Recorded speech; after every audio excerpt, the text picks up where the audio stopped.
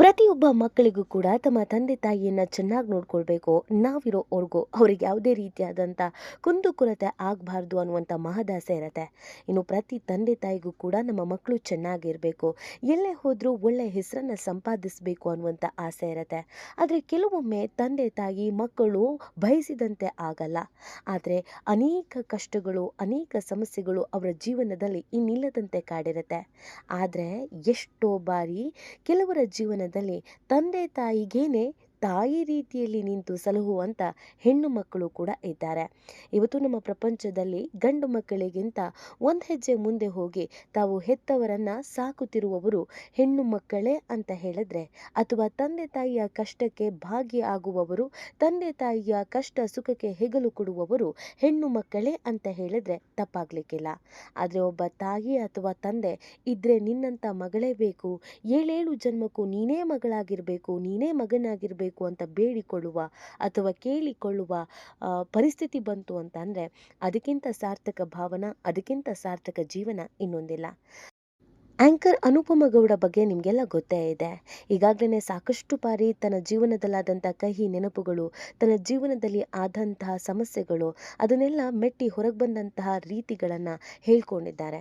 ನಿಜ ಹೇಳಬೇಕು ಅಂತ ಅಂದರೆ ಅನುಪಮ ಗೌಡ ಅದೆಷ್ಟು ಹೆಣ್ಣು ಮಕ್ಕಳಿಗೆ ಮಾದರಿ ಅಂತ ಹೇಳಿದರೆ ತಪ್ಪಾಗಲಿಕ್ಕಿಲ್ಲ.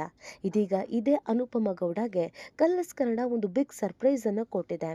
ಈ ಸರ್ಪ್ರೈಸನ್ನು ಇರೋವರೆಗೂ ಖಂಡಿತವಾಗಿಯೂ ಮರೆಯೋದಕ್ಕೆ ಸಾಧ್ಯವೇ ಇಲ್ಲ.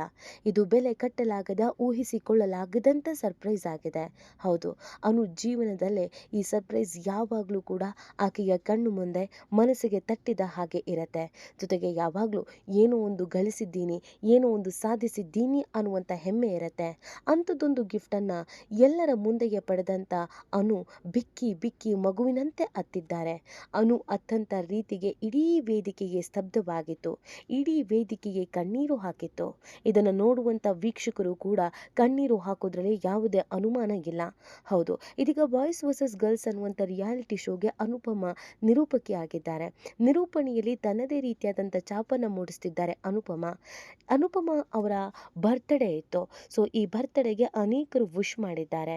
ಸೆಲೆಬ್ರಿಟಿ ಆಗಿರುವಂಥ ಅನುಪಮಗೆ ಸಹಜವಾಗಿಯೇ ಪ್ರತಿಯೊಬ್ಬರೂ ಕೂಡ ವಿಶ್ ಮಾಡ್ತಾರೆ. ಏನಿಲ್ಲ ಅಂತ ಹೇಳಿದ್ರು 1000ಕ್ಕೂ ಅತಿ ಹೆಚ್ಚು ಮೆಸೇಜಸ್ಗಳು ಇನ್ಸ್ಟಾಗ್ರಾಮು, ಫೇಸ್ಬುಕ್ಕು, ವಾಟ್ಸಪ್ಪು ಎಲ್ಲದರಲ್ಲೂ ಬಂದಿರುತ್ತೆ. ಆದರೆ ಹೆತ್ತ ತಾಯಿ ಮಾಡಿದಂಥ ವಿಶ್ನ ಪರಿಗೆ ಅನುಪಮನೆ ಅದರಿಂದ ಹೊರಗೆ ಬರೋಕ್ಕಾಗದೆ ಒದ್ದಾಡಿದ್ದಾರೆ. ಹೌದು, ಅಂಥದ್ದು ಏನು ಗಿಫ್ಟ್ ಕೊಟ್ಟಿದ್ದಾರೆ, ಅಂಥದ್ದೇನು ವಿಶ್ ಮಾಡಿದ್ದಾರೆ ಅಂತ ಗೊತ್ತಾದರೆ ನೀವು ಕೂಡ ಶಬ್ಬಾಸ್ ಅಂತೀರಾ. ಹೌದು, ಸಾಮಾನ್ಯವಾಗಿ ಮಕ್ಕಳು ತಂದೆ ತಾಯಿಯ ಹೆಸರನ್ನು ಅಮ್ಮ, ಅಪ್ಪ, dads little girl, moms little word ಈ ಥರ ಎಲ್ಲ ಸ್ಟೇಟಸ್ ಹಾಕ್ಕೊಳ್ಳೋದನ್ನ ನೋಡಿದ್ದೀರಾ, ಅಥವಾ ಅದನ್ನೆಲ್ಲ ಹಚ್ಚೆ ಹಾಕಿಸ್ಕೊಳ್ಳೋದನ್ನು ಕೂಡ ನೋಡಿದ್ದೀರಾ. ಇನ್ಸ್ಟಾಗ್ರಾಮು, ಫೇಸ್ಬುಕ್ನಲ್ಲಿ ಎಲ್ಲ ಹೆಸರನ್ನು ಪೆಟ್ ನೇಮ್ ಅಂತ ಇಟ್ಕೊಳ್ಳೋದು ನೋಡಿದ್ದೀರಾ. ಆದರೆ ಒಬ್ಬ ತಾಯಿ ಮಗಳ ಭಾವಚಿತ್ರವನ್ನು ತನ್ನ ಕೈ ಮೇಲೆ ಟ್ಯಾಟೋ ಹಾಕಿಸ್ಕೊಳ್ತಾಳೆ ಅಂತ ಹೇಳಿದ್ರೆ ಅದಕ್ಕಿಂತ ಹೆಮ್ಮೆ, ಅದಕ್ಕಿಂತ ಗರ್ವ, ಅದಕ್ಕಿಂತ ಭಾವನಾತ್ಮಕ ಕ್ಷಣ ಇನ್ನೇನು ಬೇಕು ಹೇಳಿ. ಹೌದು, ಅನುಪಮ ಅವರ ಭಾವಚಿತ್ರವನ್ನು ಅನುಪಮ ಅವರ ತಾಯಿ ತಮ್ಮ ಕೈ ಮೇಲೆ ಟ್ಯಾಟೋ ಹಾಕಿಸ್ಕೊಂಡಿದ್ದಾರೆ. ಆ ಟ್ಯಾಟೋ ಹಾಕಿಸ್ಕೊಂಡು ಬಂದು ವೇದಿಕೆ ಮೇಲೆ ನನ್ನ ಮಗಳ ಬರ್ತ್ಡೇಗೆ ಇದು ನನ್ನ ಕಡೆಯಿಂದ ಕೊಡುವಂಥ ಗಿಫ್ಟು, ಏಳೇಳು ಜನ್ಮಕ್ಕೂ ನೀನೇ ನನ್ನ ಮಗಳಾಗಿರಬೇಕು, ಇದನ್ನು ಬಿಟ್ಟು ಇನ್ನೇನು ಹೇಳೋದೇ ಇಲ್ಲ, ಕೇಳೋದೇ ಇಲ್ಲ ಅಂತ ಅನುಪಮ ತಾಯಿ ಹೇಳ್ತಾ ಇದ್ದ ಹಾಗೇನೆ ಅನುಪಮಗೆ ಅಳು ಅನ್ನೋದು ಕಂಟ್ರೋಲೇ ಆಗೋಲ್ಲ. ಬಿಕ್ಕಿ ಬಿಕ್ಕಿ ಮಗುವಿನಂತೆ ಅಳ್ತಾರೆ. ತಾಯಿ ಮಗಳ ಈ ಪ್ರೀತಿಯನ್ನು ನೋಡಿ ಇಡೀ ವೇದಿಕೆ ಸ್ತಬ್ಧವಾಗಿಬಿಡತ್ತೆ. ಒಬ್ಬ ಮಗಳಿಗೆ ಈ ಥರದ ಖುಷಿ, ಈ ಥರದ ಗಿಫ್ಟ್ ಬಿಟ್ಟು ಇನ್ನೇನು ಬೇಕು ಹೇಳಿ.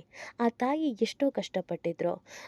ಒಂದು ಕಡೆಯಲ್ಲಿ ಗಂಡನನ್ನು ಕಳ್ಕೊಂಡಿದ್ರು, ಇಬ್ಬರು ಹೆಣ್ಮಕ್ಳು ಸಮಾಜವನ್ನು ಎದುರಿಸಬೇಕಿತ್ತು, ಜೀವನ ಕಟ್ಕೊಳ್ಬೇಕಿತ್ತು, ಜವಾಬ್ದಾರಿಯನ್ನು ನಿಭಾಯಿಸಬೇಕಿತ್ತು, ಸೂರು ಅಂತ ಬೇಕಾಗಿತ್ತು, ಮಕ್ಕಳಿಗೆ ವಿದ್ಯಾಭ್ಯಾಸ ಅಂತ ಕೊಡಿಸ್ಬೇಕಾಗಿತ್ತು, ಒಳ್ಳೆ ಸಂಸ್ಕಾರ ಕೊಟ್ಟು ಬೆಳೆಸಬೇಕಾಗಿತ್ತು, ಸಮಾಜದಲ್ಲಿ ತಲೆಗೆತ್ತಿ ನಡೆಯುವಂಥ ವ್ಯಕ್ತಿತ್ವವನ್ನು ನಿರೂಪಿಸಬೇಕಾಗಿತ್ತು.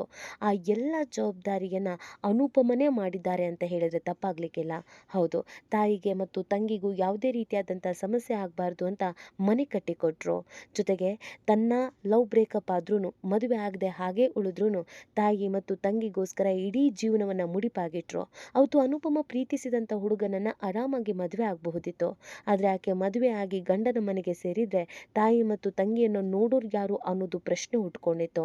ನಾನಿರಬೇಕು, ನಾನು ದುಡಿಬೇಕು, ತಾಯಿಯನ್ನು ಚೆನ್ನಾಗಿ ನೋಡ್ಕೊಳ್ಬೇಕು, ತಂಗಿಗೆ ಒಂದು ಒಳ್ಳೆ ಸೆಟಲ್ಡ್ ಫ್ಯಾಮಿಲಿ ಸಿಗಬೇಕು, ಮನೆ ಕಟ್ಟಬೇಕು, ಈ ಎಲ್ಲ ಜವಾಬ್ದಾರಿ ಮುಗಿದ ಮೇಲೆ ನಾನು ಮದುವೆ ಆಗ್ತೀನಿ ಅನ್ನೋದನ್ನು ಅನುಪಮ ಹೇಳಿದ್ರಿಂದಲೇ ಅವತ್ತು ಲವ್ ಬ್ರೇಕಪ್ ಆಗಿತ್ತು.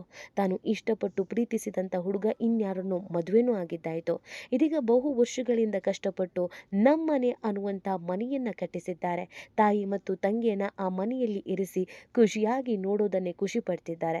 ಅದೆಲ್ಲದಕ್ಕಿಂತ ಹೆಚ್ಚಾಗಿ ಅನುಪಮ ತನ್ನ ತಂಗಿಗೆ ಮದುವೆ ಮಾಡೋದಕ್ಕೆ ರೆಡಿ ಆಗಿದ್ದಾರೆ.